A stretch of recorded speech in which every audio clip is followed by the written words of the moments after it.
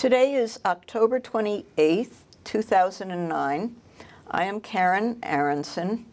We are talking with D. Reid Weedon, a 1941 graduate of MIT, life member emeritus of the MIT Corporation, former president of the Alumni Association. He led the corporation's advisory committee on shareholder responsibility, which was set up to help the corporation think through its position on investing in South Africa during a time of apartheid, a matter of deep controversy at MIT and other colleges in the 1970s. And as chair of the national campaign in MIT's Campaign for the Future from 1986 to 1992, he was a central figure in pushing that campaign from its original goal of $550 million to its more ambitious goal of $700 million, and helping it surpass that goal. Although he will turn 90 later this year, he is still an active fundraiser for MIT, who has his own office with other members of MIT's fundraising team. Earlier this month, he was on the road soliciting more gifts. Energetic as always. Reid, thank you for talking to us today. You seem to be willing to take on difficult jobs that other people might duck, like asking for money or analyzing politically fraught issues. Have you always been willing to tackle difficult jobs? A lot of difficult jobs can be made easy by just tackling them. And I've had a few difficult jobs along the way, yes. What are some of the others? What's been hardest? Well, you mentioned apartheid, and actually I worked for 17 years fighting apartheid, and in a very controversial role at the time, as you indicate. There were people who wanted to fight apartheid in different ways, and I felt that most of them were ducking the issue by canceling out, and that it was important to hang in and try and make things better. And so I spent 17 years, not full-time, but working on that. How did you first focus on it? What caught your attention and said, this is something I should worry about? Well, there was a man named Reverend Leon Sullivan who invented a set of principles for companies that were working in South Africa, American companies. Well, all others were eligible, but never arrived. And he asked my company to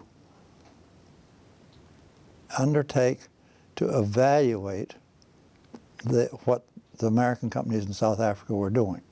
It was a voluntary participation on the company's part, but it was the best game in town because if they didn't do that, they didn't have much to lean on to deal with particularly the students on the college campuses, but also the churches, synagogues, and so on that were thinking about divesting. And as I say, it was the best game in town, and it was funded by my efforts and my team were funded by the companies who gave money to an institution, which in turn paid my costs. So you would go to South Africa to look at what those American companies were doing in South Africa? That's right, Karen, although most of what we relied on was actually an annual written response to a very elaborate questionnaire about what the companies were doing. That you and Reverend Sullivan devised, or? He devised the principles that the companies were supposed to be striving to achieve. He did not devise the process for doing the evaluation. And the principles, did you have any piece of shaping those, or had they already been set in place? Well, I didn't have any, not in the beginning, but trying to interpret some general principles into some specific activities was, a big part of what my team and I did. And so this it was rolled on. actually a 17-year job. Yes, yeah. That ended when? I mean, and for what reason? Well, because apartheid,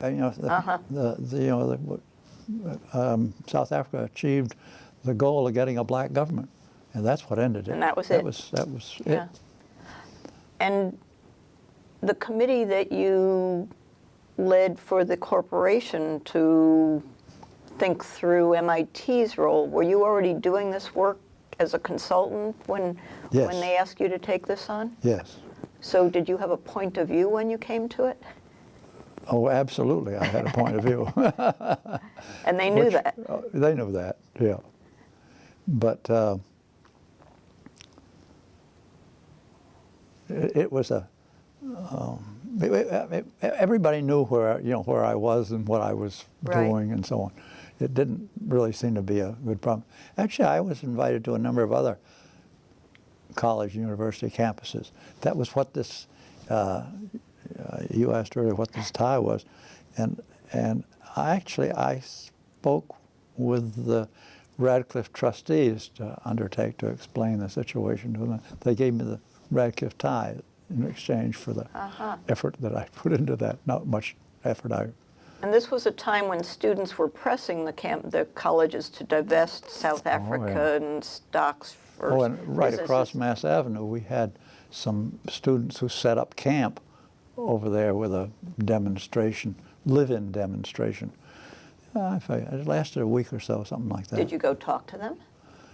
No, I decided that was not a good idea, so I didn't. That's when I ducked. So when the corporation set up the committee, were you the first chair? Or? No. No.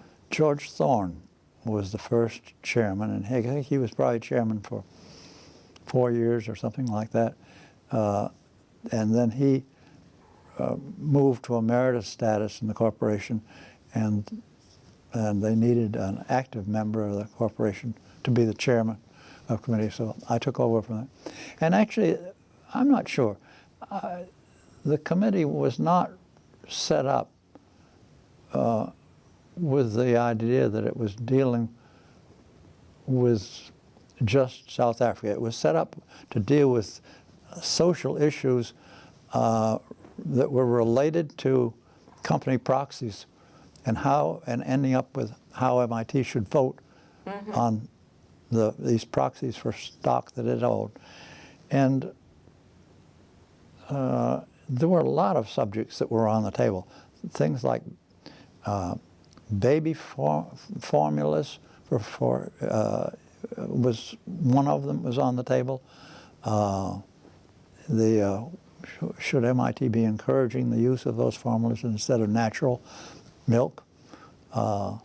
And there were a variety of other issues, but South Africa, got a lot of the attention. There's no doubt about that. And during the years you were involved in the committee, the advice that the committee was giving to the corporation was to keep holding the stocks of companies that adhered to the Sullivan principles? Yes. Or?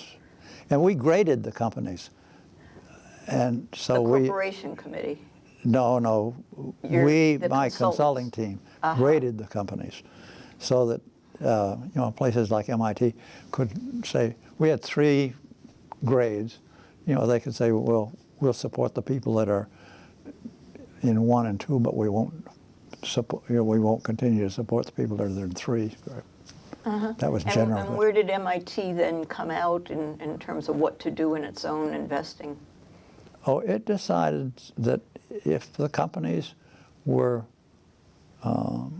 striving and achieving a 1 or 2 category in our grading system, that it would continue to hold the stock. Now the faculty voted to ask MIT to divest all the companies that had anything going on in South Africa. MIT did not, the corporation did not go along with that at all. So it was a matter of tension for a while.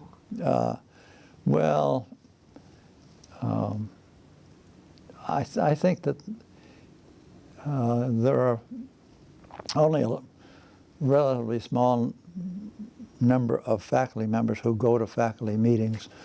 I question whether if you had taken a vote in which 100% of the faculty participated, I think it would have come out, we'll hang in there with companies that are doing a good job. Democracy. Yes, exactly.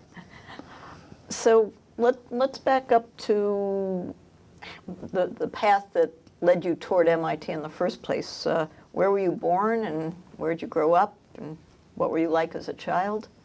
I don't know what I was like as a child, but I was born in Newton, Massachusetts, not far from here, and lived there for the first 10 or a dozen years of my life. I could go back and figure that out, but and then my family moved. You know, I ended up going from the 6th grade to the 12th grade. They moved a lot, and attending a different school every year except for the last 2 years. This was during the Depression? This was during the Depression, and my father had a variety of jobs.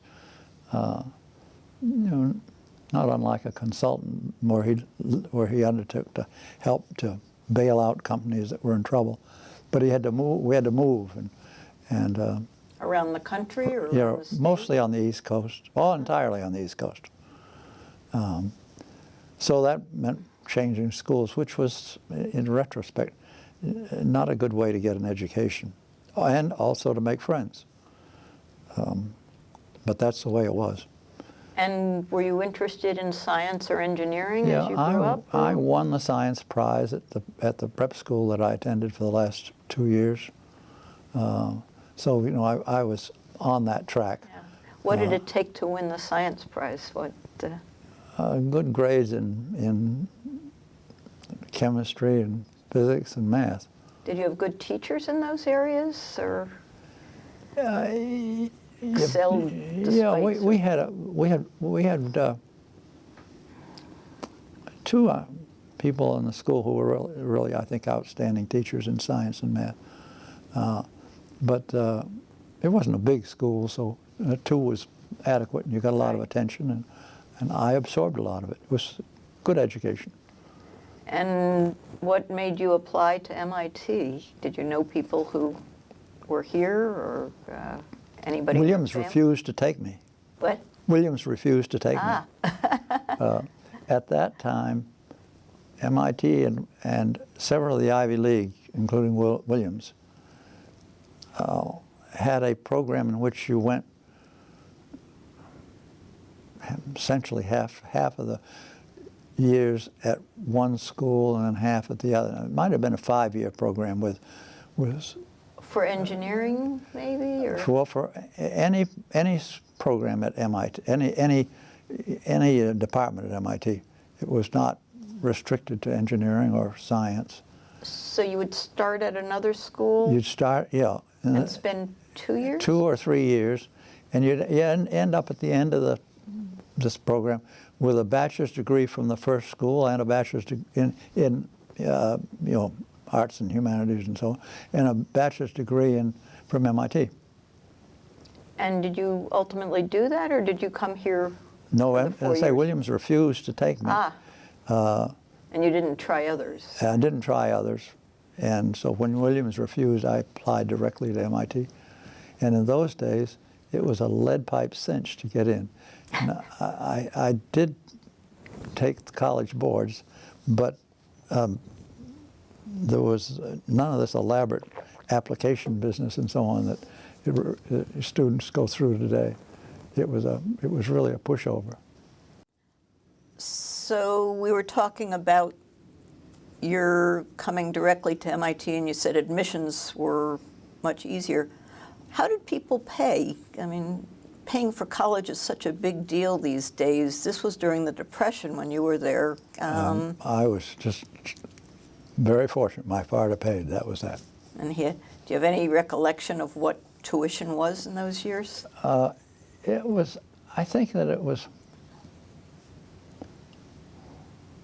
was either 400 or 600 per year. Which was a lot of money then. In those days, that was a Yeah. hell of a lot of money.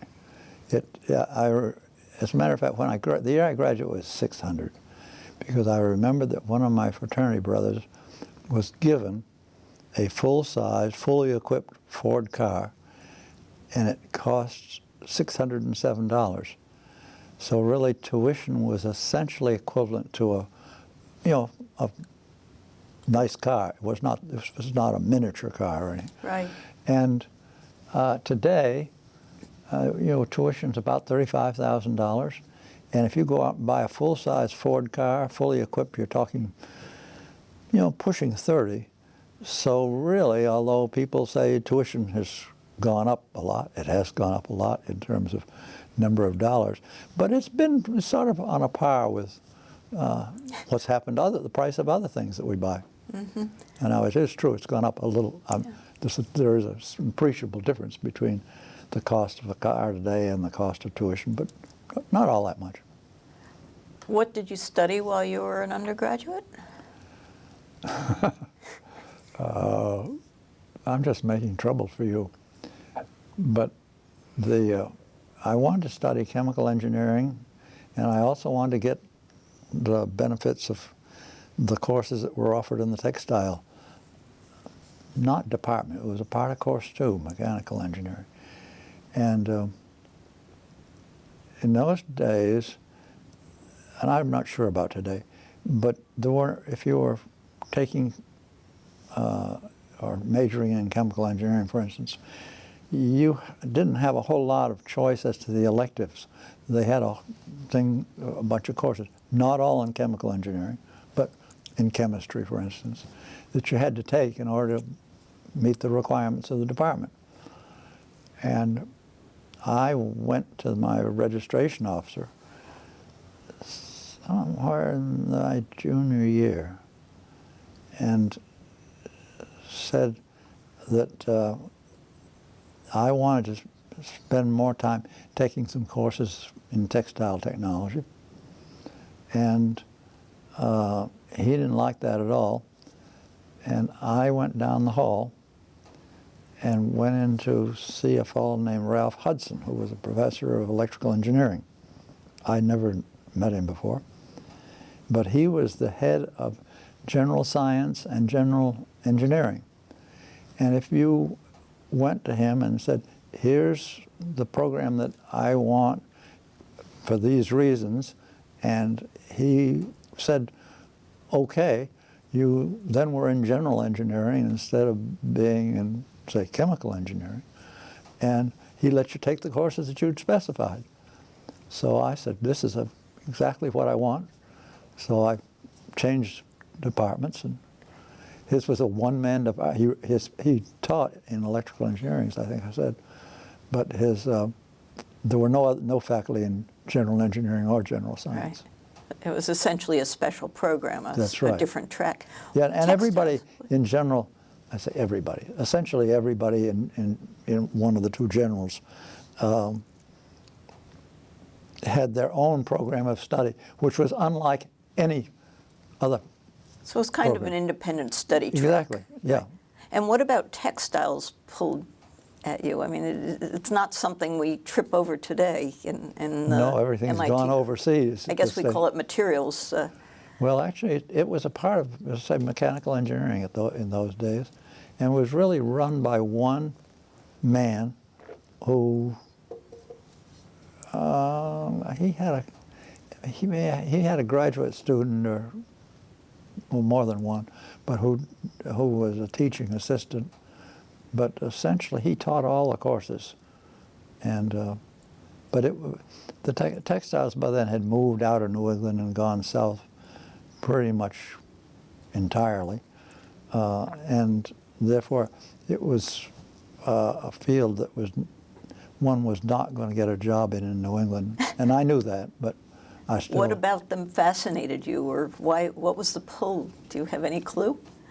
Well, yeah, my father worked mostly in the textile industry. So you had some curiosity? I'd always been intrigued with how fabrics are made and how the patterns get there, things of this kind. I love cloth. I'm an old 4-H'er. Well, there we go. Was MIT hard when you got there? I mean, did you find classes challenging, problem sets difficult, or did you breeze through? It was challenging, but not. I didn't. I had only one course that I had real trouble with. That was related to my changing departments, as a matter of fact. But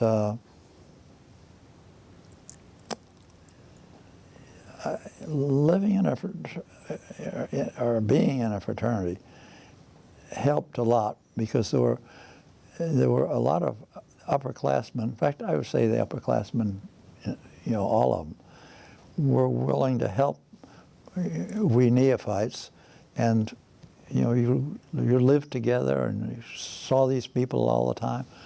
So it was pretty easy to get help when you were stuck.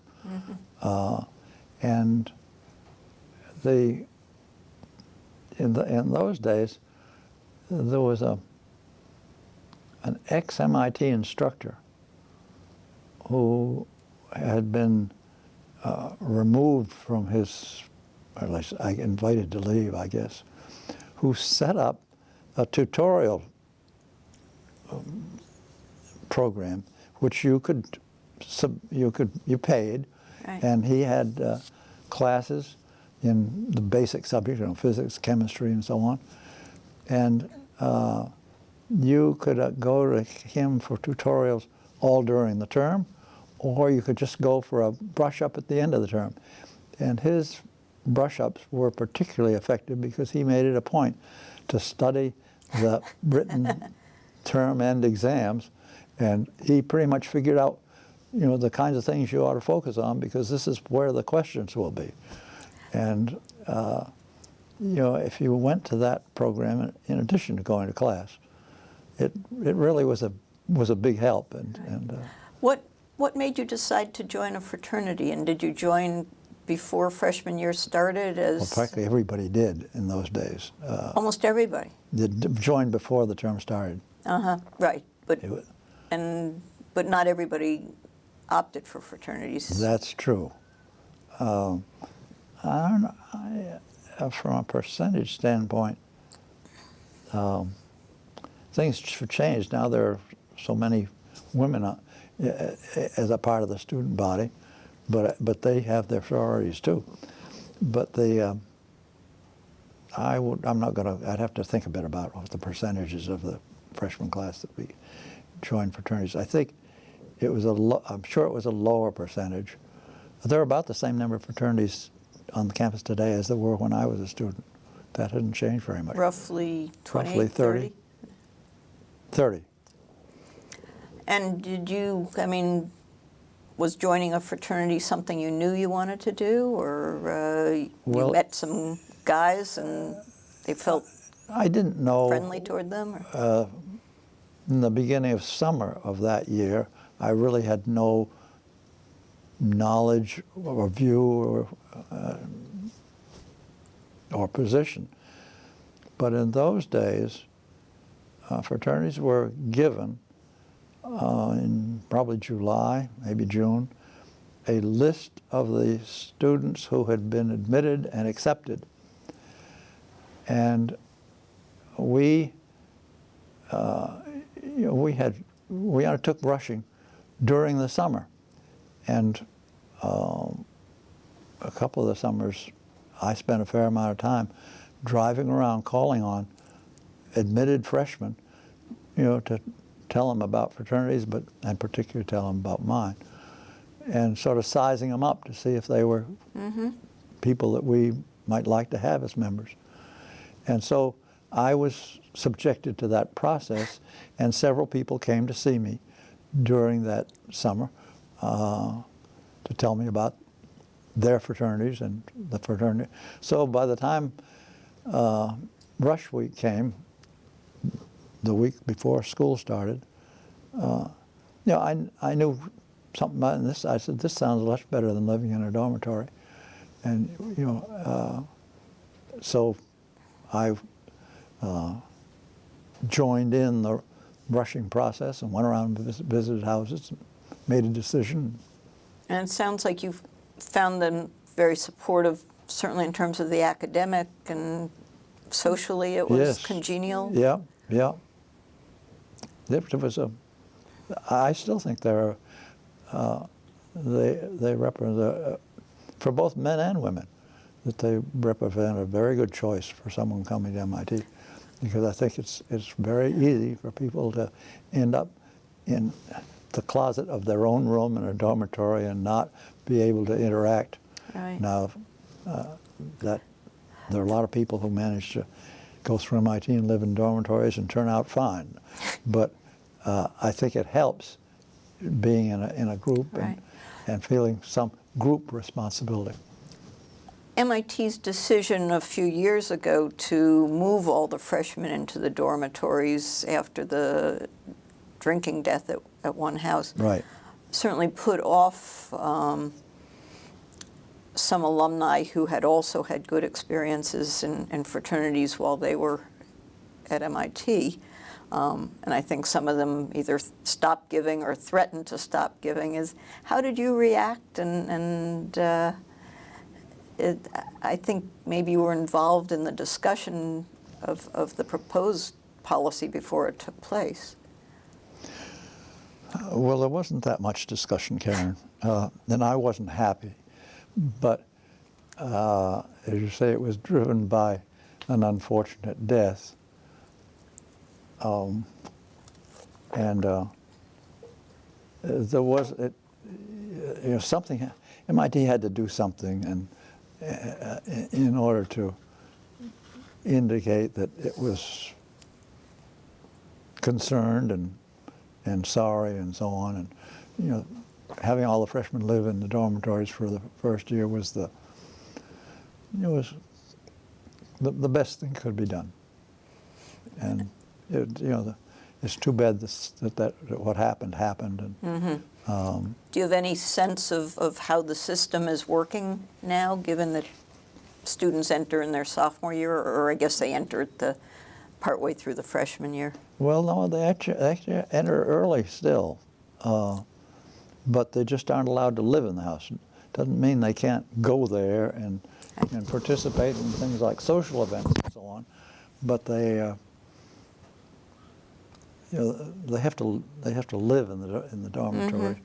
Mm-hmm. But most of the freshmen that join fraternities, most of the men and women who join, but back that up a minute. Until recently, the sororities rushed midterm.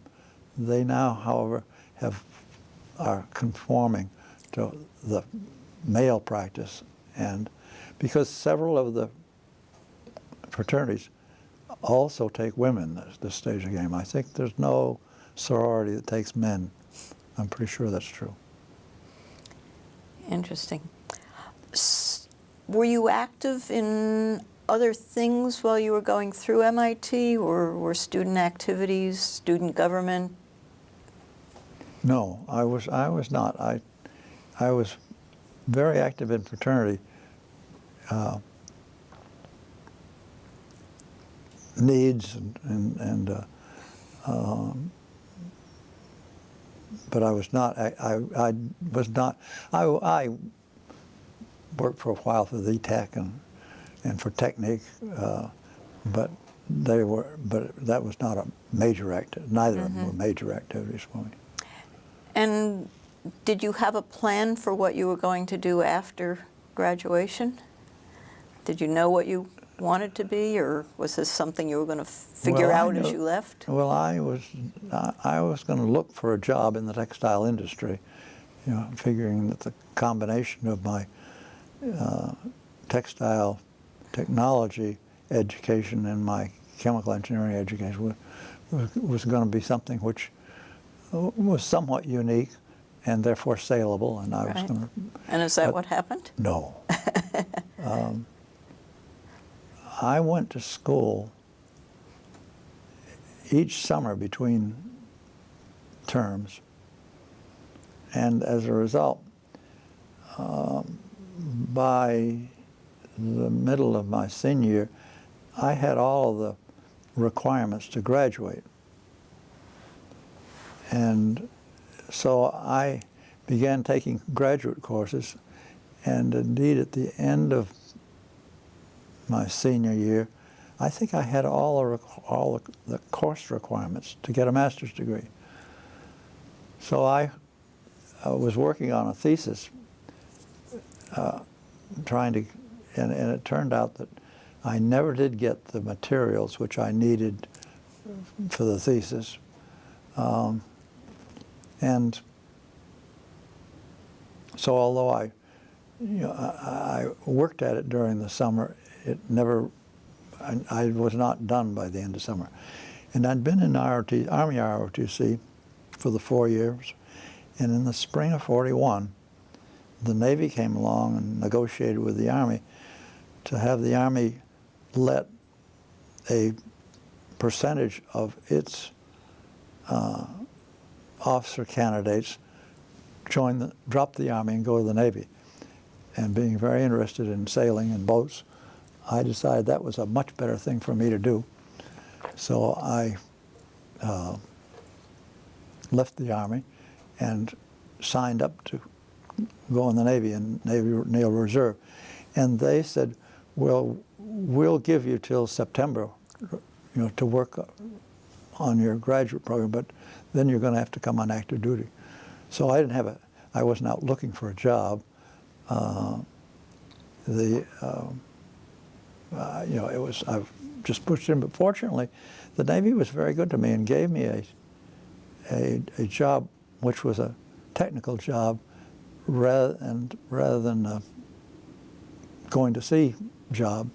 As a matter of fact, one admiral that I worked for along the way, I proposed to him that I make a trip on a ship, and I remember his saying, "You can go on the trip, but don't let me catch you taking a vacation on the Navy. Get the hell out of my office."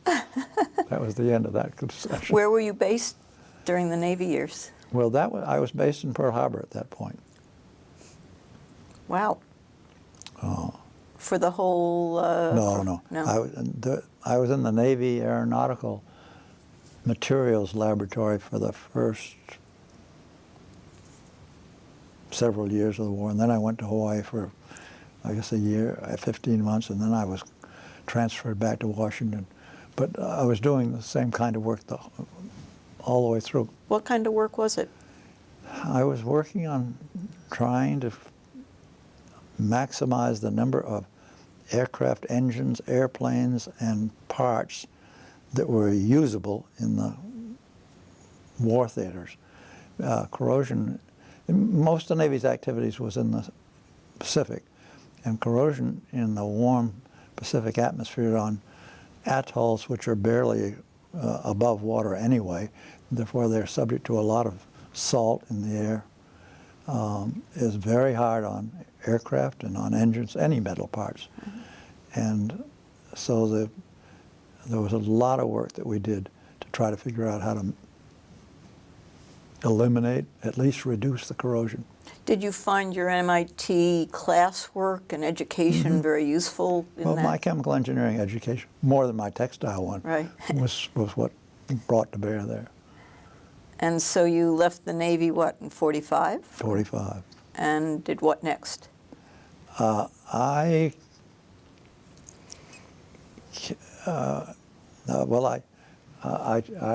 tried on my own to set up a little consulting business, but in a few months I realized that wasn't going to work. And I was offered a job at Arthur D. Little. So I ended up going to work for Arthur D. Little, and I worked there for 50 some odd years. How big was it when you joined? I think I was employee number 3. No, wait a minute. Yes, 300 or something like that. 300? Yeah. Uh-huh. And by the time you left, it was close to 3,000. Wow. And what kind of work were you doing for them? Was it technical or? Well, one of them was included the South African project, right. for instance, which was that not was a little technical. later, right? Yeah, but not technical at all. But initially?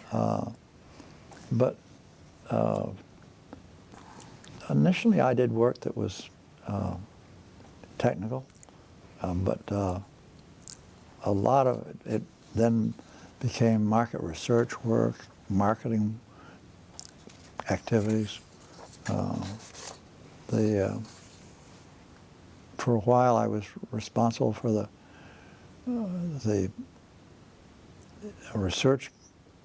laboratory research group at ADL, and then I moved on to doing marketing for ADL, and ended up being the chief marketer for ADL for quite a number of years. Moving away from the technical into marketing type of analysis strikes me as a major shift. I mean, a very different kind of focus. Did you find yourself equally interested or more interested in marketing type questions, or I found them more challenging. I think I was not cut out to do laboratory work, although I was closely associated with it for many years. But you didn't run the other way and look for a technical job again. I mean, you made that kind. Yeah. You adapted. That's right. And were you able to apply any of your analytical background? Oh, yes, indeed. Is that why it sure. was worked? Yeah. Or Yeah. what kinds of questions or problems did you encounter as a marketing expert? Well, one of ADL's largest clients in the early days that I was there was the government of Puerto Rico, and unfortunately, the man that hired me at ADL, who had been in charge of that whole activity, died not long after I arrived. And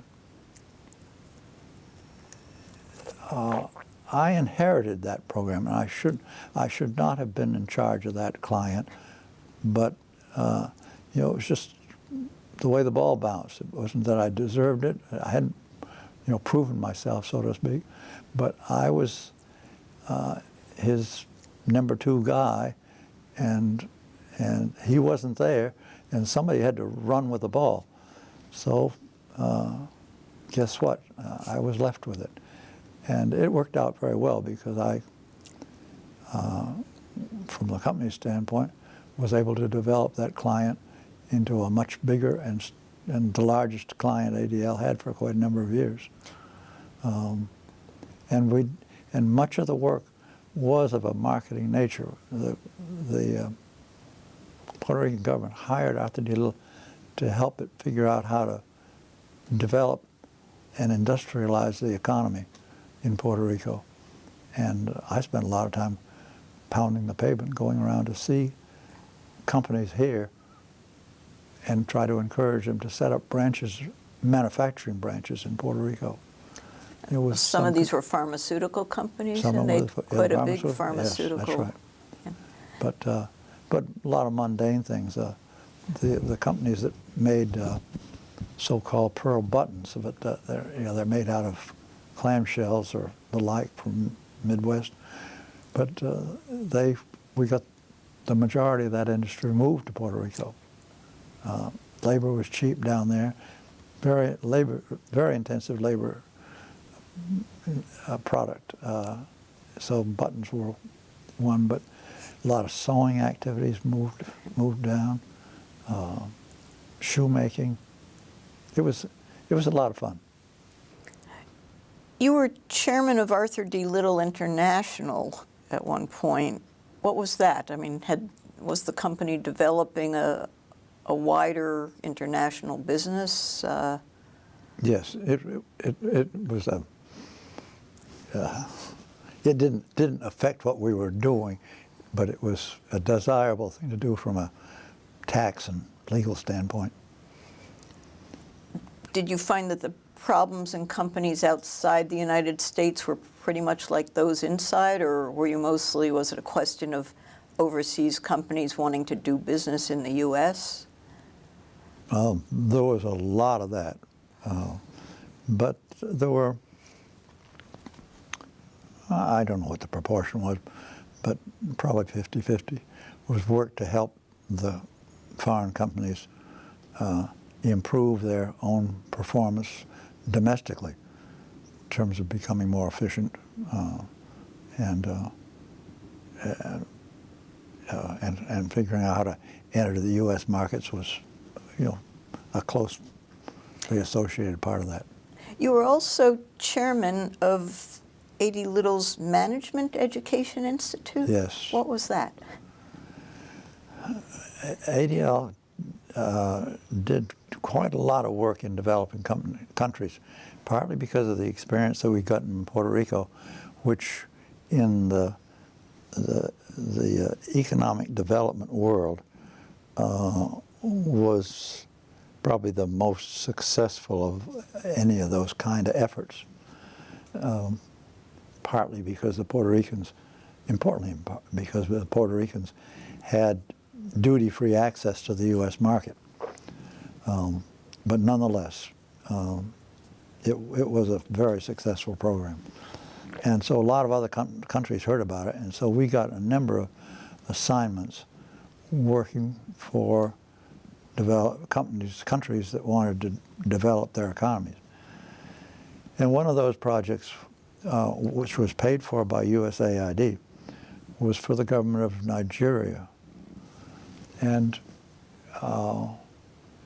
we were asked to come in and set up institutions within the Nigerian government to aid it in its economic development.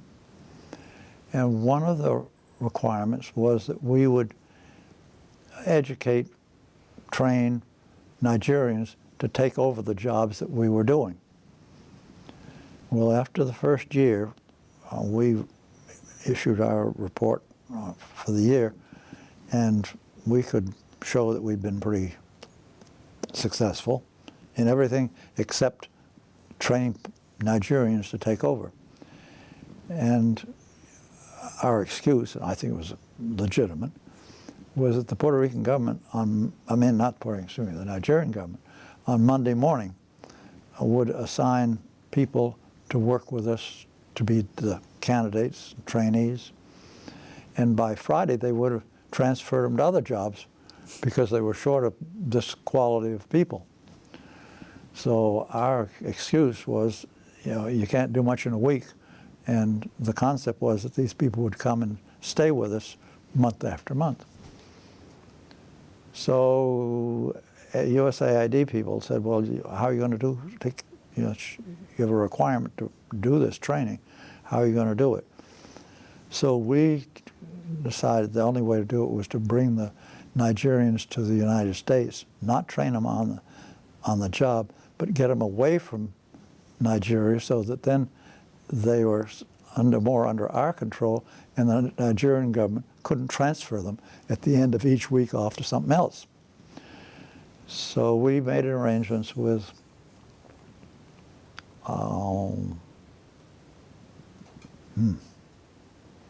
a couple of colleges, one of which was Tufts, and I've forgotten what the other one was, to provide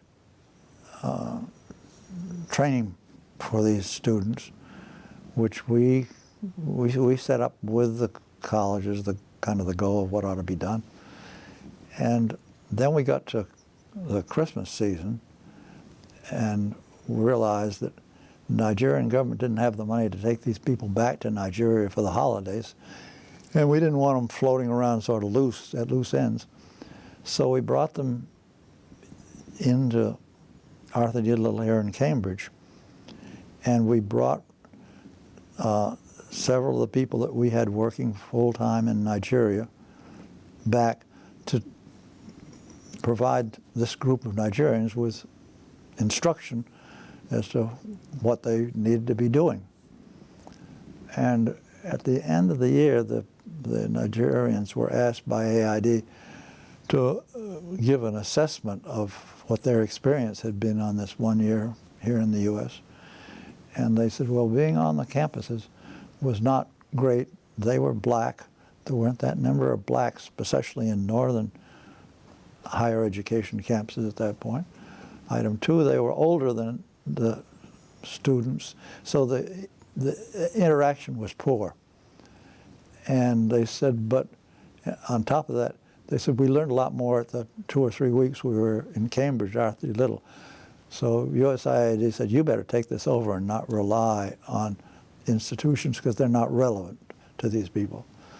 So we took it over, and I've kind of forgotten when we actually set up the Management Institute, but I think it may have been after the Nigerian program. I know that the big slug of students that we had in the program in the early days was from Iran and some of the Arab countries rather than the African countries, although we kept getting Africans too. So anyway, we ended up with a student body which was mixed. It was not all Nigerians or all anything. And after a while, these people came to us and said, you know, we're working a lot harder here at Arthur D. Little than we know our compatriots are at other schools, and they're ending up with degrees, and therefore they get a bigger paycheck when they get back home because they don't have degrees. So then we undertook a campaign to without changing our program, because we thought we were doing what we should be doing, but to become a degree-granting institution, and that was quite an interesting process. So you became a degree grant? We became a degree-granting institution. College diploma? Master's degrees. Master's degree. And it juggled a bit, but essentially it was an MBA. Uh-huh. And then we became even more, you know, that improved our popularity with the students. So we got people from many, many countries. And did you develop the curriculum yourself, or you had a team? I didn't. You didn't. But people who worked for me did. Interesting. And actually that school was sold out of the bankruptcy estate of Arthur D. Little, and is running not far down the river from us right here now. So it's still there? A different name, but same. They're following the same sort of curriculum that we had devised, and some of the people who were employees of Arthur D. Little are still teaching in the school. It had a number of pluses, one of which I felt was really important, and that was that we did not have tenure. We hired staff year by year, and if they did a good job, they got hired the next year. Didn't do a good job, they didn't get hired. And we each year evaluated each member of the faculty. I say we, the administration and the students, participated in the evaluation. Wow.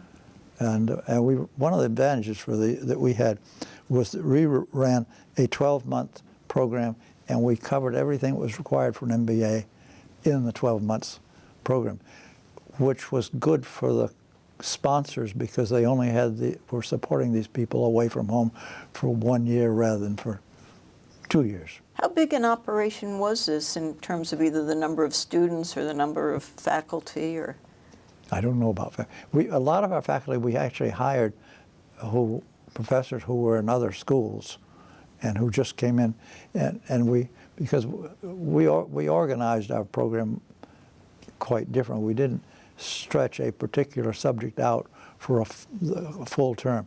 We did it in concentrated blocks, one subject and one subject. Right. And there's some schools that do that here in the U.S. for U.S. students.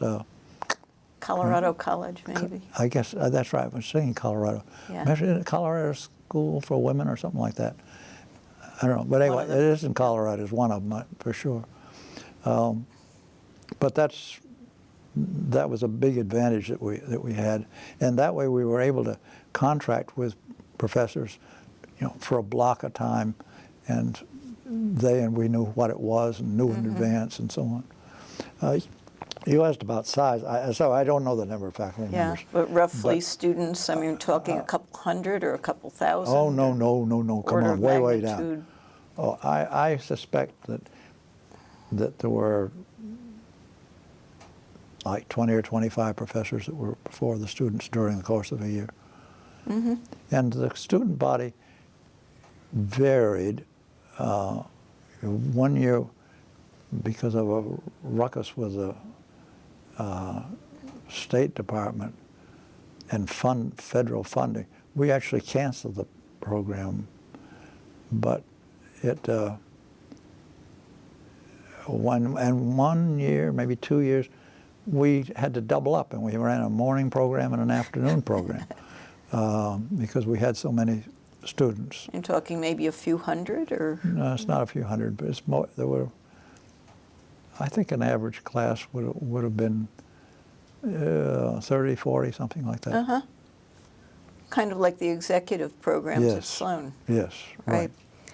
So you've been a very active alumnus at MIT for a long time. What drew you back, and what engaged you with the place once you graduated? Well, it was easy in that I was next door because Arthur G. Little had a building just abutting the east end of campus. And I had a boss at Arthur D. Little who was class of 17 and who was a very loyal alumnus and had been president of the Alumni Association. And he shoved me. and as a matter of fact, he said, and I started not being as diligent about MIT as he wanted, and he gave me the devil and said, you know, you've got to put MIT higher on your priority list of the things that you do, including the work that you do for MIT. He said, so, you know, just keep that in mind because that's part of my evaluation of your performance in the company. And so I was given the opportunity, I was given the time, and I was pushed. What was your reaction to being pushed? I mean, did you Oh say? no, I thought I was very happy to have. You were? Yeah, it was a marvelous opportunity. You didn't say, you know, this is none of his business? No. Why do that? And as I say, I was right next door, which made it Right. very easy. And where was the first toehold? Was it in, like, activities of the Boston Club of MIT alumni, or I don't think there was a Boston Club. fundraising, or? Well, early on it was fundraising. MIT's first capital fund drive was the Mid-Century Fund, which ran around and over 1950.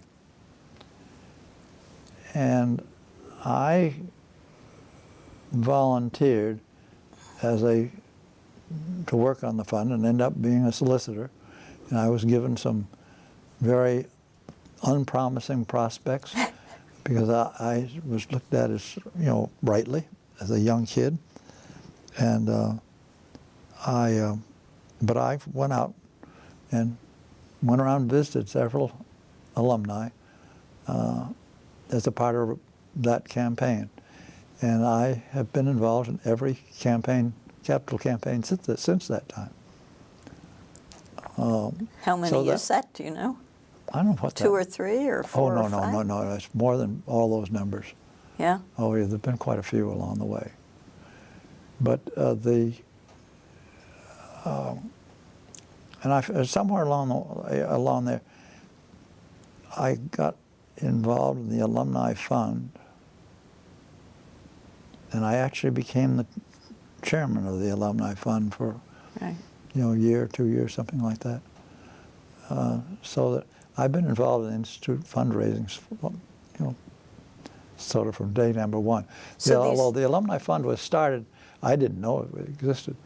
But in the same year that I came to MIT as a freshman, that was the first Alumni Fund year, was 1937. And so your first unpromising prospects, did you squeeze something out of them, or? No, I was, as a matter of fact, I was unpromised. shocked at the unfortunate circumstances of some of these people. Uh-huh. And MIT in those days knew very little about its alumni, and therefore people like me who drew names were not given much help. There were some of the people that I called on who never should have been called on at all, but you know they were on the list of alumni, so they were passed out. And did you work with the association over the years or the development office to begin to figure out ways to develop more useful lists or and better support for fundraisers? Yeah, and kind of how we approach people and what where we placed ours when I was chairman of the Alumni Fund Board, there was only one professional associated with it, a fellow named Chick Kane. And one of the things I did accomplish was getting him to hire a number 2 person, and we began to grow our staff. How did you accomplish that? I mean, how somebody had to put up the funds. Did you have to? Well, MIT put the funds up. But did you have to go lobby the president or the chairman of MIT at the time, or I mean, what was involved? I think it was just another item in the Alumni Association budget, and was not, it was not that big an item in the total budget. So I don't recall that was any great challenge. Yeah. How much of a culture of giving would you say existed at MIT then, and what about now? Oh, it was essentially none then, except for the very wealthy people that essentially the president went after for big gifts. The likes of George Eastman, for instance. And there was no general approach to the alumni. There was no knowledge about their capacity. There was no interest in trying to inform them as to what needed to be done.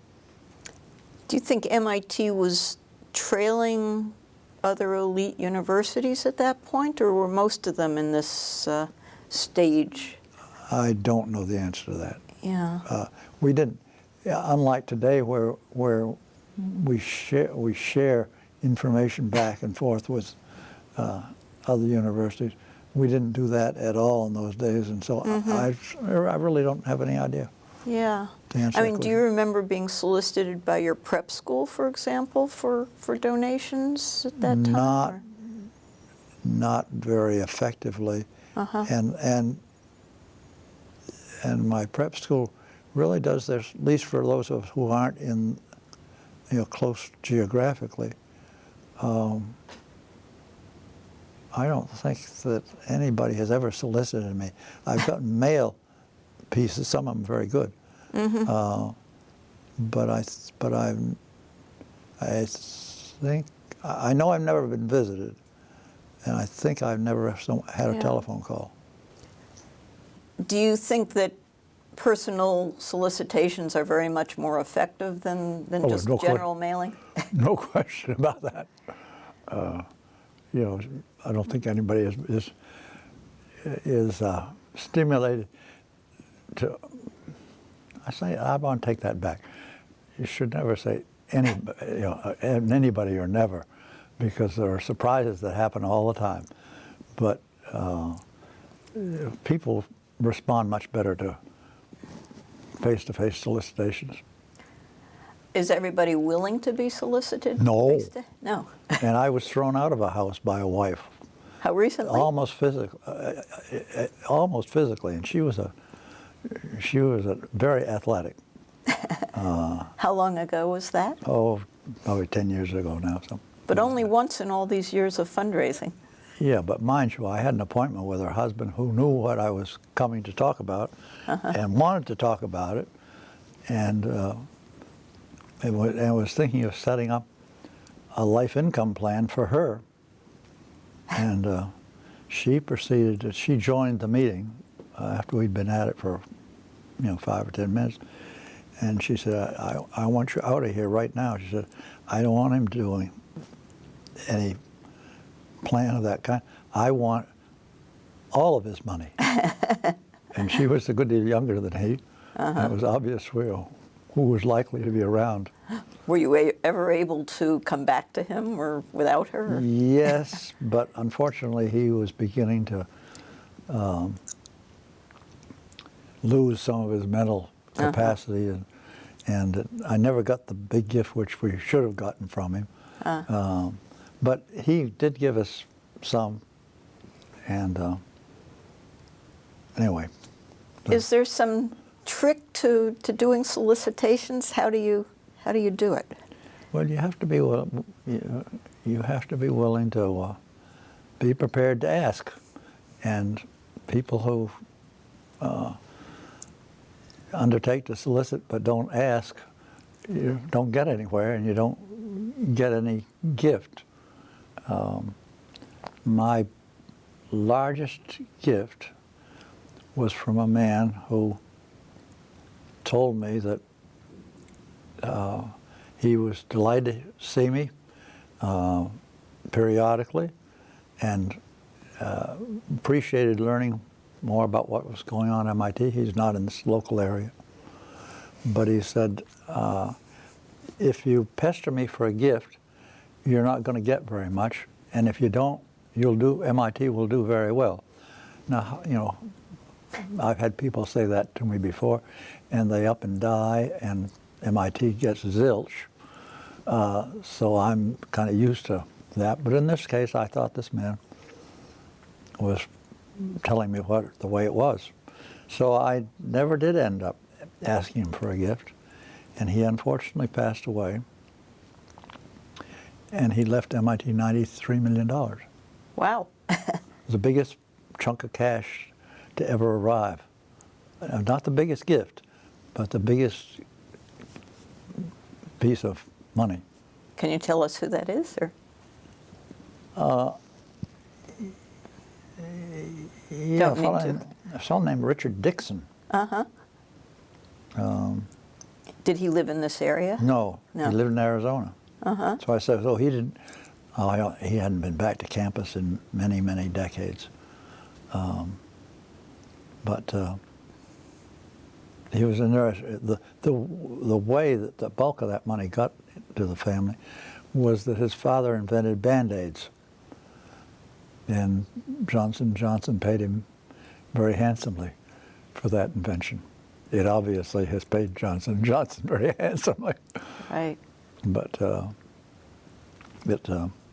and this fellow had inherited that money from his father, and I think he'd made some money too. But anyway, it started with the J&J Band-Aid. So you say your first regular campaign dated back many years. What was that like? Do you recall how it was structured, or how big it was, or just how they went about it in those years, or as they were trying to figure out what to do? I was at the lowest level, absolutely, a solicitor with rather poor prospects, and though I really wasn't in on the planning or evaluation and all of that. So Did you have thoughts about it from the outside besides, gee, it would have been helpful to know more about some of these prospects before going out and asking? Oh, I think there were a lot of us who were in the same boat. As I say, it was the first capital drive MIT had ever had. So the Alumni Fund was operating entirely on a U.S. mail basis, and as a result, the solicitations. Well, the goal was achieved really by getting a few very large gifts, but that's really par for the course. But we certainly, we didn't make as much progress in developing or cultivating people. Now, I think at the end of it, everybody realized that more of that had to be done, and I think MIT became more thoughtful about how it raised money. And so by the time MIT got to its second capital campaign, had it learned from the first one? Oh, yes. I think, and it's still learning. There are new things to try, not just because they're new, but because we learn how to be more effective. And today there's a much bigger role, at least in pursuing substantial donors, but more involvement of paid staff. And it's kind of disappointing to me, but in the development office, there is not anybody who's an MIT graduate. Has there been in the past? In other words, is this unusual, or is it just that somehow it doesn't work that way? It's not unusual at all. The development professionals tend to move from institution to institution as campaigns. They come with a new campaign and they leave when that campaign tapers off and ends and go to the next institution. And so there's a lot of movement. There have been times when we've had, well, I can think at one point for several years in the campaign that we had, that I ran in the late 80s, we had 3 MIT graduates on the paid staff. But as I say, now and in the recent past, there haven't been any. And it's interesting because donors occasionally ask, because I travel around with these people, and donors ask the paid staff, where did you go to school? And then when it turns out to be XYZ, there's a certain amount of disappointment, I think, on the part of donors that the person isn't really from MIT, and it's just. What is the balance between, even if you had paid staff who aren't necessarily graduates, don't you at the same time have a volunteer organization, and how do you pair them together? Well, not, I should say not easily, because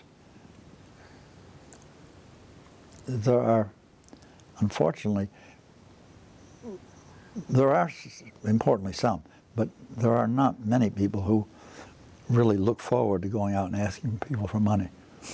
And so a lot of people will say, well, I'll introduce you, I'll be a host at an event or something like that, but don't ask me to ask someone for money. And I understand that, but if once you realize that I'm really quoting from Tom Cabot.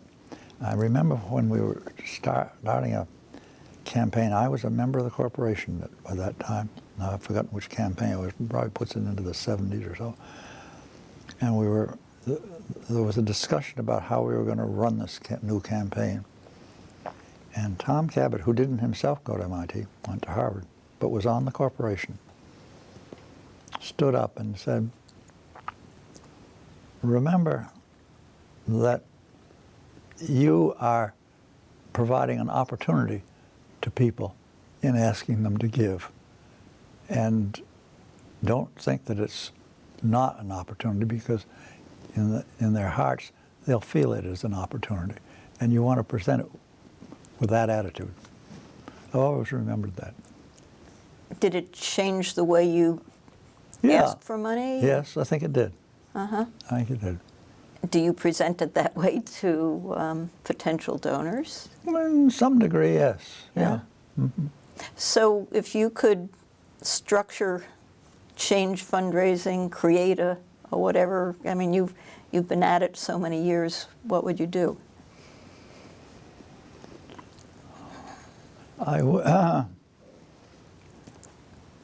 don't think there's any magic. I think just getting out and hitting the pavement, so to speak, going around and asking people is all you can do. You have to try to figure out what their interests are, what's going to stimulate them, or what is turning them off in the case of the people that are turned off, and those people exist. But I think it's just a matter of going around and making contact with people. Do you think there are ways to get the volunteer portion of the fundraising effort geared up more than it is, or is it doing very well at this MIT point? has embarked on a new structure for the development committee, which is devised to try to do just what you're talking about. And I think it's a good way to try. And I don't think that will be anything but more successful with this as a result of this approach. Because what about it makes you think that it might be effective? Well, because MIT is in selecting people for the development committee, MIT has tried to find people who are both able to give themselves as well as being willing to work. And up until now, the structure of that work has not really been that apparent to anybody. In other words, we want you to work on helping us to spread MIT's name, spread the word. So, but that's kind of loose, and a person can't really respond to that. But now, MIT is going to come up with specific kind of assignments for members of the development committee, and I think everybody will. I think the members will like that better, and I think that MIT will benefit as a result. Assignments being, here's a list of 5 or 10 potential givers. And how do we? Can you give us ideas on how we should approach Mr. or Mrs. X?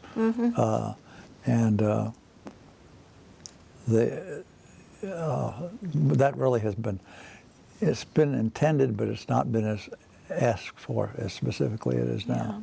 Yeah.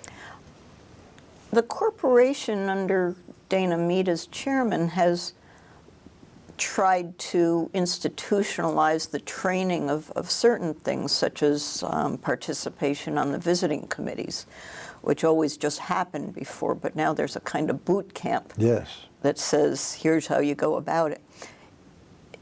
Does something like that need to happen on fundraising, or is it happening? Could it happen? Would people sit still for it? Can it be taught? It's a whole bunch of questions.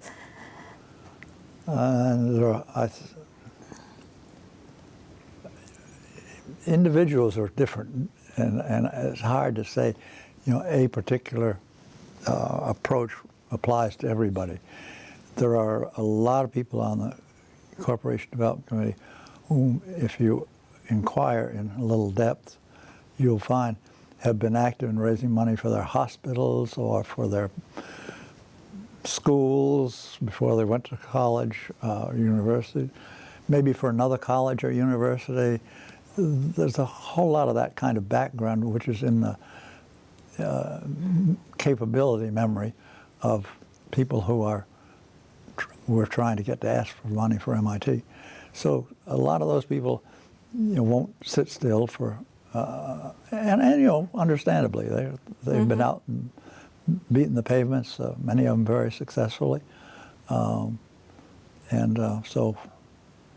it's a training program for them.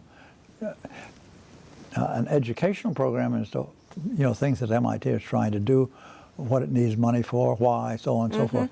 They'll sit still for that, but not a program in how to be a better solicitor. But there are some other people who would love to have to learn, and one of the best ways I think to learn is to get somebody who's been doing it for a while to go out with people and actually make live calls. Interesting. When you make live calls, how much do you do over the telephone, and how often what do you do face to face? I mean, do you always try to see them, and if so, in their home or their office or some neutral place? Is there a formula? Well, there's no formula. All of those, literally all of those apply. And there's one man, unfortunately he's showing his age, but who used to like to be at Dunkin' Donuts, for instance. So, we met at Dunkin' Donuts. That was his choice of location, not his office, not his home. So, I think you can dig and find an example to support any one process. So are you responsible for a certain set of potential donors at this point, or do you get a new list every month, or how does it work? I have a list of a dozen or so people for whom I'm the prospect manager. And I try to keep that list down, actually, because the staff is supposed to, and they are the prospect managers for, my dozen is a tiny percentage of the total prospect, after all. They are people that I've worked with over the years, and where I have built a relationship that nobody else has with them, and they are candidates for, and some of them made, really large gifts. But by and large, the staff has, each member of the staff has maybe 200 or 300 prospects, and I really spend my time in the field going around with prospect managers who want me to go visit people that they have as prospects. And so I join them in that. And you're the one with the MIT degree who, if they ask, did you go to MIT, you can raise your hand? Exactly. So that's there are enough people on the staff who would like me to spend some time with them to use up the time that I have available. And so, are you coming into the Institute every day or several days a week? Or? No, several days a week, but I don't come in every day. And how do you personally think through what somebody might be willing or able and willing to give? Do you try to think that through? Yeah. And I called on two men, one was a husband and wife, with one of the staff people just last week. And they both are retired. They live in houses that probably have a market value of around $1 million. And, 1 million. Yes. And they're both getting onto an age where they have to be thinking about what's going to happen to things and where they're going to be and so on. And in both cases, much to the surprise of the staff person I was with, I might say shock, I said, you know what I'd like to get you thinking about is giving your house to MIT. And neither of them said no, neither of them said yes. But at least the idea that making $1 million gift is on the table, and the house is an example of how it might be done. Is that the first time you tried that, or? With them, yes. But you've tried it with other people? Oh, I've tried it with other people. How did you get that idea? Well, it's, I was sitting there, in both cases, sitting there looking out at the ocean. They were on the ocean front. they live fairly close, know each other.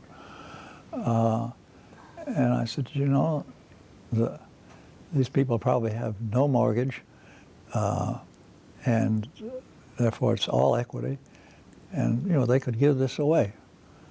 And I figured I had to introduce get them thinking a little bit about, because neither one of them have given us $1 million, but getting them thinking a little bit about magnitude and that the house was a good vehicle without talking money. That's an interesting idea. I mean, somehow it feels less like you're asking for their money and money that they might be giving to children or grandchildren or. Well, I've had 2 MIT professors give us houses, both of which were in that order of magnitude. And because you had asked, or just because they thought of it? Well, we ran for a little while. We ought to do it again, but it's we don't stay at it like we should. But we did run 2 or 3. They were luncheons for faculty to try to interest them in giving, and giving their houses was one of the things that we brought up as a way to make a gift. And we invited 20 senior faculty members. Probably all of them retired, but still active. And to say out of that, we got 2 houses. So I think we put the bee in their bonnet, but in fairness, one of the people came up to me in the Infinite corridor one day and said, Reid, I'm thinking about giving MIT my house. And indeed he did. And I had 2 houses, but he's moved from a house here in Cambridge to a house on the North Shore, and in the process, and he was thinking about moving at that point anyway. So it was timely, and I've kind of forgotten how I think the other fellow raised his hand, so to speak, after that luncheon. And I sort of think that he said, how about coming around my office and let's talk about my house. And he gave us his house, but he retained, his wife had died, he retained the right to live in the house, although he gave the house and got his tax deduction at the time that he made the gift. They're both now deceased. But that's the way those things happen. Interesting. Do you have any idea how much money you've raised for MIT over the years? Well, I've never, 93 million dwarfs the total. That boosts the number. Yeah, that's right. But I've gotten, I don't know. The answer, I don't know. You don't keep a little running tab in your head. No, I don't. Any other tricks or gimmicks besides house that sort of have come to you or have worked along the way that not everybody might think about? I'll tell you about one which hasn't worked because I haven't been able to sell it. But from the beginning and continuing today, we're not in quite such bad shape, but people graduate from MIT with little realization of the fact that their MIT education cost double what they paid in tuition. And that's been true at least since the early 30s, because there was Paul Gray undertook to have someone go back and look at what the costs have been. Now, you have to do some assignment of the money you spend as to saying whether it's education or research or what have you. But anyway, presumably on a somewhat consistent basis. It's been, since 1930, it's been half the tuition that's charged and half has come from other sources, notably endowment income. And I think it's a shame that graduates should leave here not knowing that fact. And we are beginning to encourage them to think about fundraising and think about giving to the alumni fund and so on, and making a gift when they graduate. But recognizing that some 2/3 of the students, undergraduate students, are on scholarship or other financial aid. They're not just in an ideal position to be thinking about making a significant gift the day they graduate. But I have been proposing to the presidents of MIT, I think beginning with Jim Killian, and everyone since, that we issue a tuition bill which says that the cost of your education is $70,000. From that, we're deducting the income that we have from gifts from people, which is $35,000. Therefore, we're expecting $35,000 from you, and then you deduct the financial aid and so on, finally come out to the bottom line. But at least you start out showing them what the true cost is, namely the $70,000. And by putting it on the tuition bill, you force them to at least see that. Yeah. And I think that would set the stage better for future fundraising with our alumni than anything that we could do. There's one donor that I've been working on for years, not very successfully, but I haven't given up, who, when I said that his education costs were covered by half with his tuition, he said, well, what is tuition today? And I told him. He said, well, I guess I have to multiply that by 4 for 4 years and take half of it and say, until I give that amount of money, I haven't made a gift. I've just repaid what the Institute has gotten from other sources. And he proposed to use current tuition to take care of the inflation issue. And that was an easy way to deal with it. I like that kind of figuring and told him so, but he hasn't come through. Have any of the presidents you've suggested this to given you any kind of formal reaction? Yeah. What Paul do they Gray say? wrote an article in some MIT publication, which I can't find, in which he included this idea of putting the full cost on the tuition bill and attributing it to me. And it was a paragraph in an article that he wrote, I think primarily for, it was to the MIT campus, students and faculty, about the Institute's financial situation. And so he at least, got that far. He heard me. And Chuck Vest has indicated that if it was possible to get any other school to go along with this idea, so we weren't out there alone, and he, I don't know how forcefully, but he says that he brought the subject up at the Ivy League plus Stanford and MIT group of presidents at a meeting. But anyway, it didn't fly. With people saying we wouldn't dare do that, president saying that. And I don't know why they have to worry about that, I must say.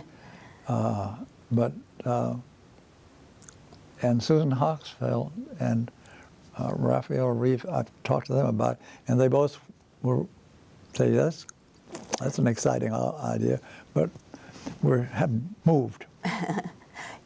Isn't one potential problem that some policymakers and many on Main Street already see tuition as being too high, and even if students aren't paying for all of it because they have grants and loans or grants and work, it's that high number sitting out there that becomes a target, and to double it would make it even more of a target? rather than saying, well, we're paying it, don't worry, it's really less than that.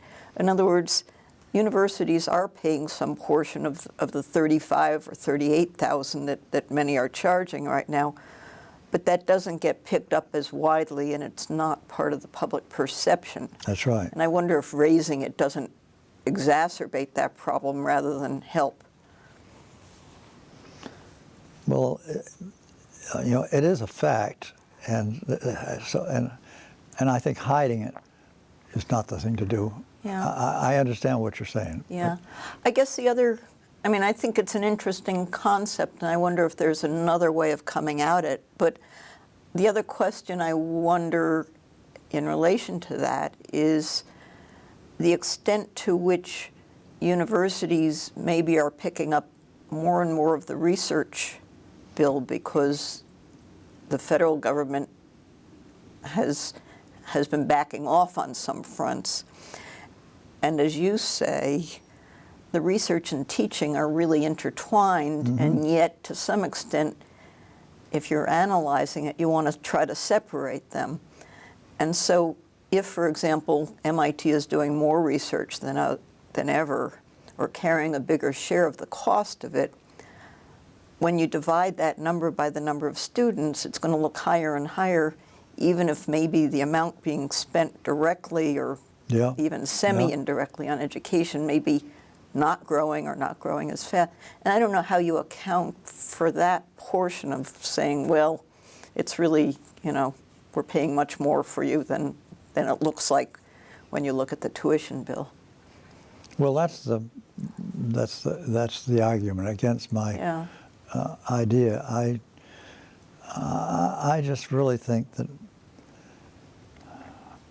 you're ahead if you come clean and tell people what the facts are, and that you're better off going that kind of a route, no matter what the subject topic is. Than if you try to hide something, which doesn't get anybody anywhere. I wonder if, short of putting that kind of price tag on it, there are other ways of educating both your student body as they come through and your alumni to the math, the arithmetic of college finances, particularly in an era like this when, the question of how big the endowment is and what kind of income and other support there is in everybody's face. Well, you hit the nail on the head when you talk about the research, because how you allocate that research is a critical item in this whole calculation. Right. And in the case of our school at Arthur G. Little, we ran it to at least break even, and in fact, if we could make a profit, which we did from time to time, that was even better. And yet, our charges were not out of line with major universities, maybe private universities. Right. And a substantial part of that was we didn't have any research that was carried out by the school. Now, a lot of the people who taught at the school were doing research, but they were completely separate budgets. And this whole issue of allocation is much more of a challenge for MIT because the cost of an education here is surely a lot more than a liberal arts education. And the research costs in the liberal arts arena just are so much lower than the costs here. Because to set up for a new faculty member that you bring on board, just to provide the laboratory facilities, you're talking $500,000, $1 million or more. Or more. And that's got to come from somewhere. Yeah. But clearly it's not appropriate to charge all that up to education, but some of it certainly is appropriate because they, faculty have students in their laboratories working, all the time. The size of some of the big university endowments has drawn a lot of attention in recent years, particularly before the markets plunged. Do potential donors that you're courting throw the size of MIT's endowment, which I guess was up at 10 or 11 billion and is now around maybe 8 billion, at you as a reason they don't need to give because MIT is so rich already? Do you find that a challenge very much? Yeah, but by and large, those are people who aren't going to give, and many of them don't give to anything. So, I kind of shrug and say they're a poor prospect. And go on to the next one. Yeah. It's a way of saying no. Uh-huh. Let's move to a different topic. And another area that you've spent a lot of time examining for MIT and at MIT is student affairs and student life. I think you ended up chairing the corporation committee in that area for quite a few years. How did you become assigned to that, and why? What did you find, and how did you do it?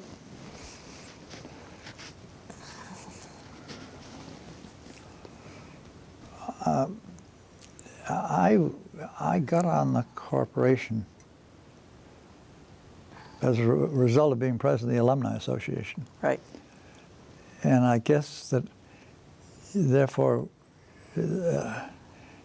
I was looked at as sort of being a tie to graduates and students, and and that's how I fell into that particular visiting committee.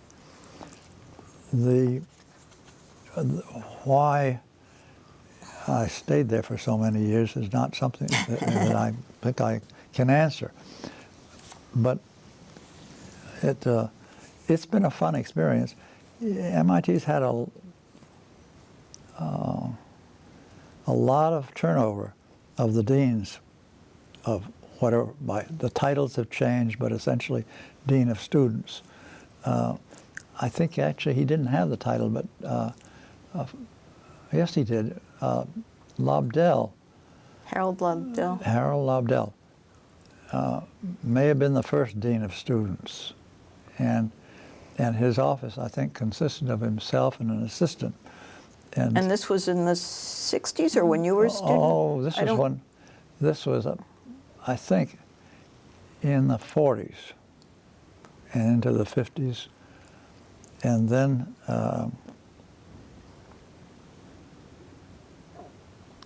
I can't tell you the succession because I wasn't. I think you became chairman of that committee, the Student Affairs, and it had different names at different times, from 62 to 67, and then from 71 to 89, which is quite a number. Mm-hmm.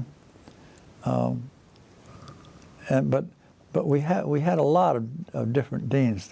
Most of them didn't have long tenure, unfortunately. Right. I think it was a kind of a thankless job. The deanship, the Dean of Students. And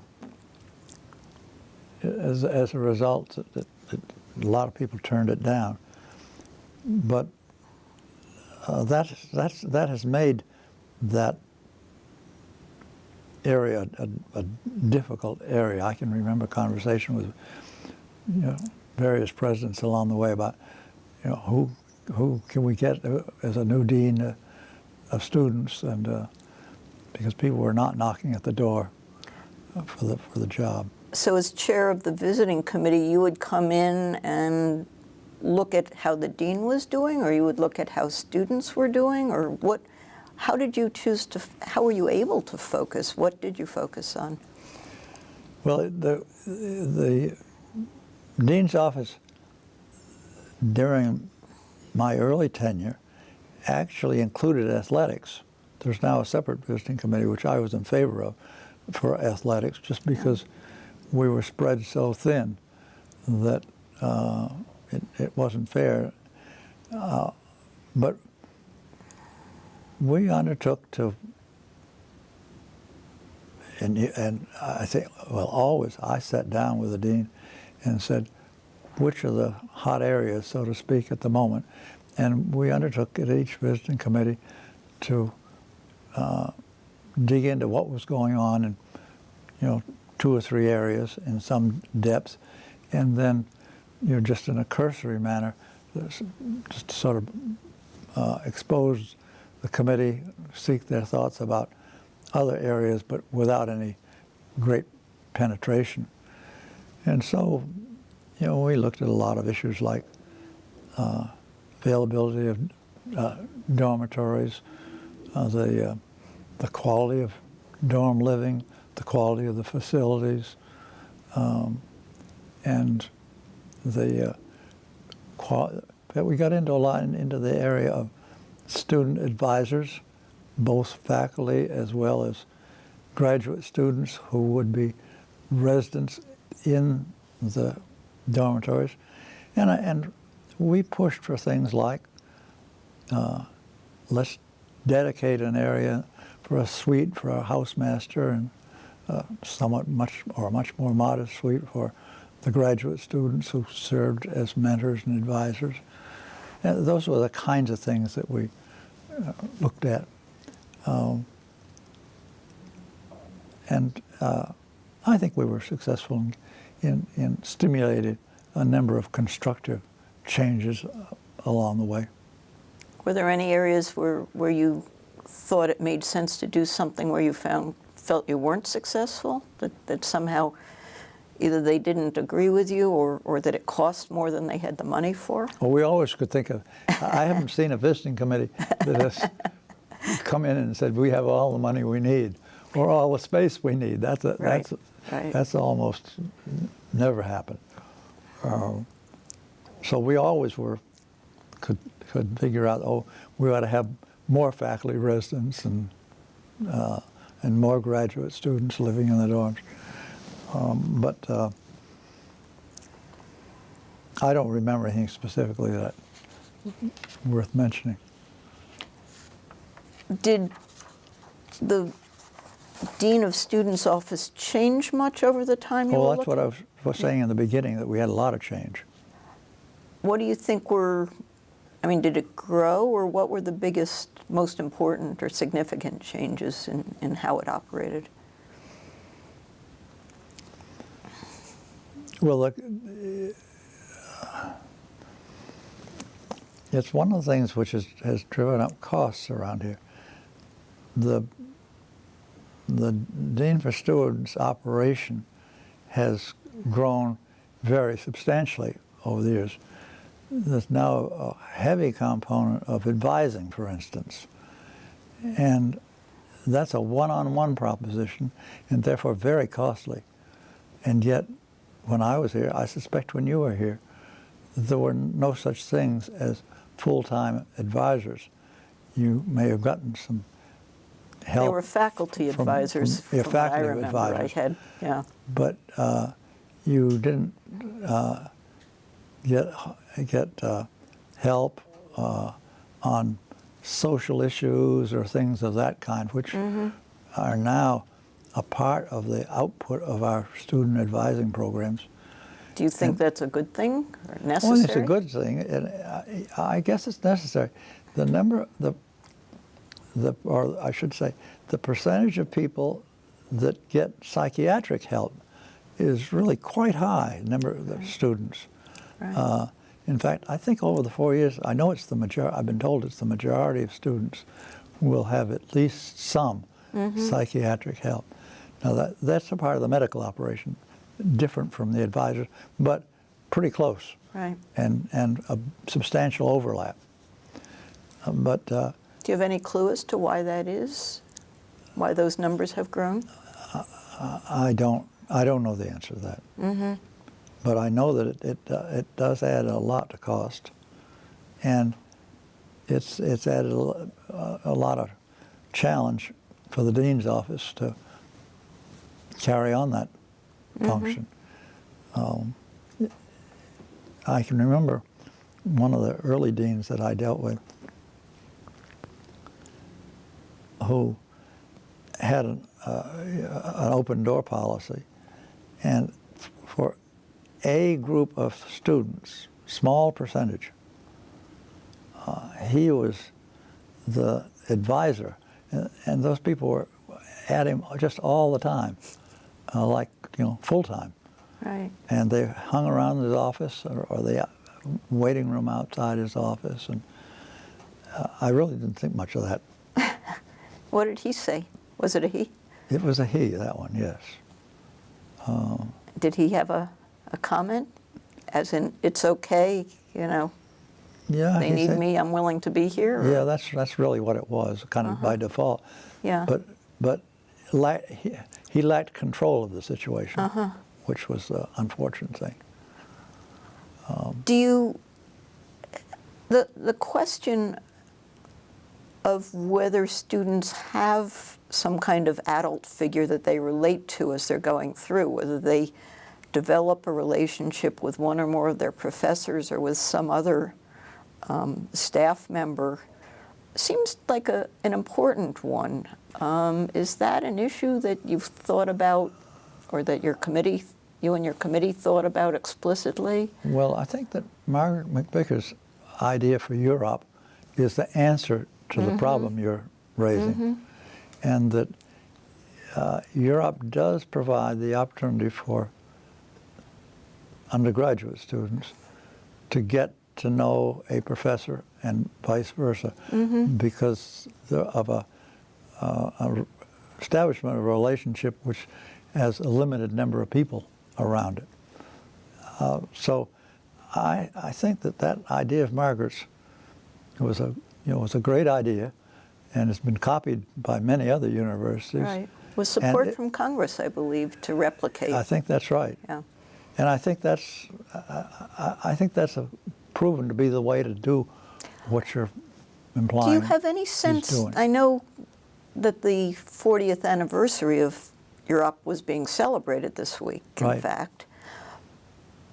I wonder how effective that has proven as a vehicle for students to bond with, I don't know, a professor or a postdoc or a graduate student above and beyond the ability to carry out research in a supervised situation that really gives them opportunities to learn how to do research.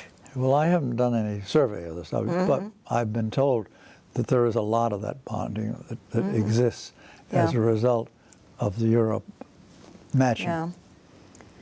And I guess your proposals or your point about creating house masters and graduate tutors is another avenue for putting people at close availability to students with whom they might consult and turn to when there are problems or issues.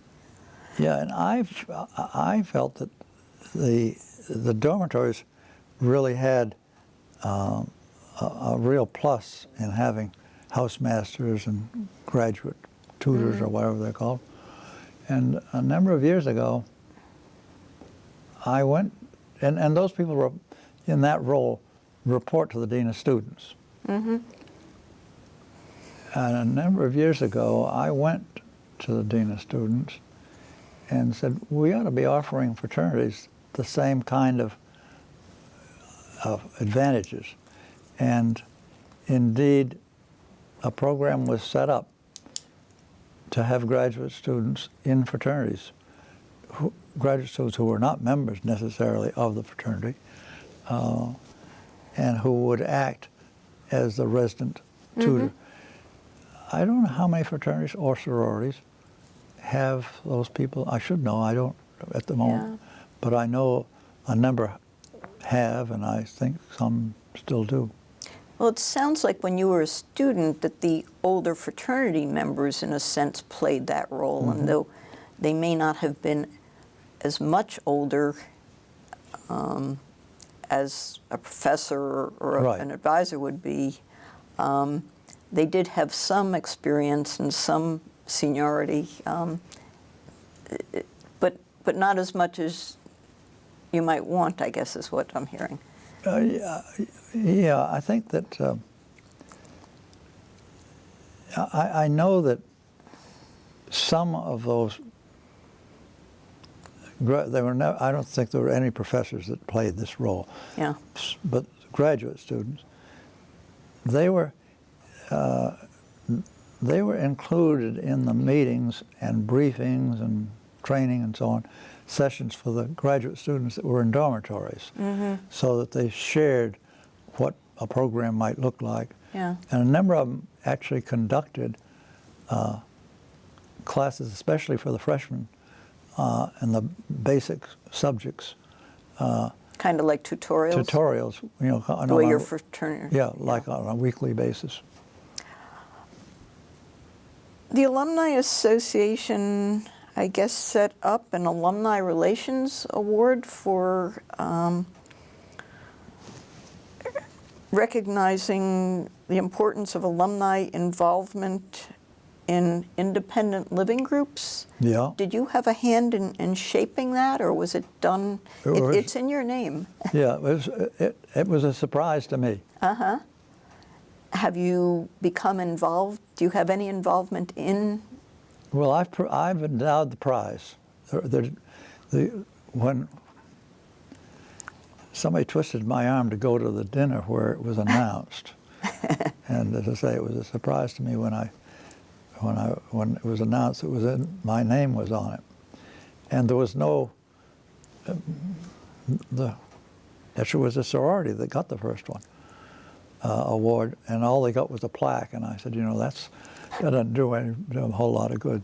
So it seemed like a good idea to provide some endowment so that they would get a cash prize as well. And fortunately, I gave the money before the rapid growth of the market values in the 90s, and so the fund turns out to be worth a lot more than I gave. Ah. But I can't take credit for the idea. But is the notion maybe that alumni can begin to fill some of that advisory role for students? Well, actually, or you're on a little different same subject. I wonder if they came together in some way. Yeah, but if you go back to, I don't know when, there was a man who was a very active corporation member, and indeed he was secretary of the corporation, and as such, he signed, for a number of years, every MIT degree. He signed. He was I know him separately from MIT because he and his wife were good friends with my parents, so I saw them in that. Who was this? Marshall Dalton. Marshall Dalton. Who was a class of, I think, 15. And somehow he and I got to talking about the plight. There were no sororities on campus at that point.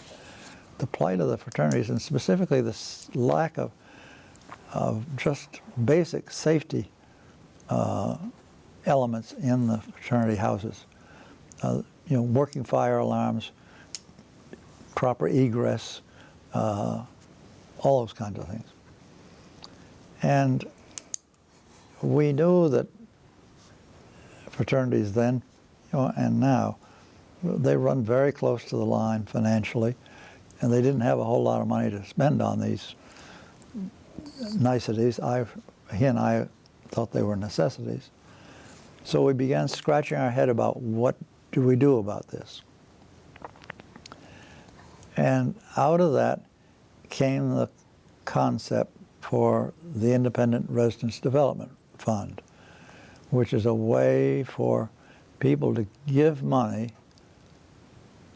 to MIT, which is a tax-deductible gift, and which will be available on a low-interest basis to the fraternities to do things like improving the physical facilities, particularly from a safety standpoint, not necessarily limited to that.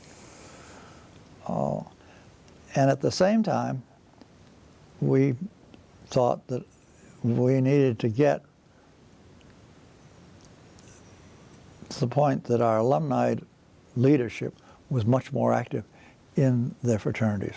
So we set up an alumni interfraternity conference paralleling the undergraduate student IFC, independent residents, interfraternity conference, and undertook to recruit people from every house to the alumni group. And so Marshall and I decided that he would head up the IRDF and that I would head up this alumni interfraternity conference. So that's the way it was set up simultaneously with the two of them, independent but cooperating. And it's gone along like that ever since.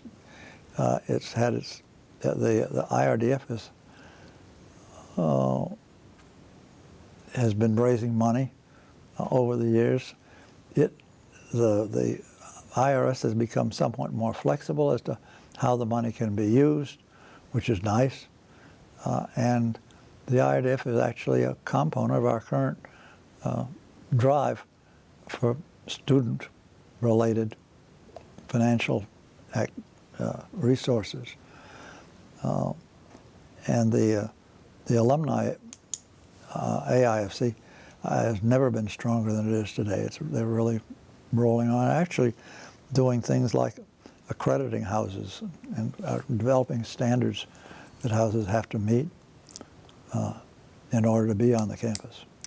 And are there any teeth in it, or is it simply this would be nice? In other words, do they have to meet the standards, or are they simply there? It's getting to the point that they're going to have. I think it isn't quite there yet, but it's getting close. Let me come back to one fundraising issue. You chaired the national campaign of one of MIT's big capital drives. Could you talk a little about what you did there and how you went about it? And well, we actually, because I'm a believer in alumni and volunteer involvement, we spent much more time trying to develop alumni participation in the operation of the campaign than we have done since, or than has been done since. And as a result, we relied in considerable measure on alumni in various geographic areas to solicit the alumni who lived or worked in the area. And so in kicking off that campaign, we held a number of kickoff events, some dinners, some were luncheons, some were breakfast, but anyway, usually associated with a meal. And we had campaign committees. Well, we had a big one here in Boston, and then we had one in Hartford and New Haven, and New York City, of course, was a big deal, and Philadelphia, Washington, Wilmington, and then through the rest of the country. And you had to show up at each one? I showed up at most of them. And a paid staff person was responsible for working with the members of those of the committees.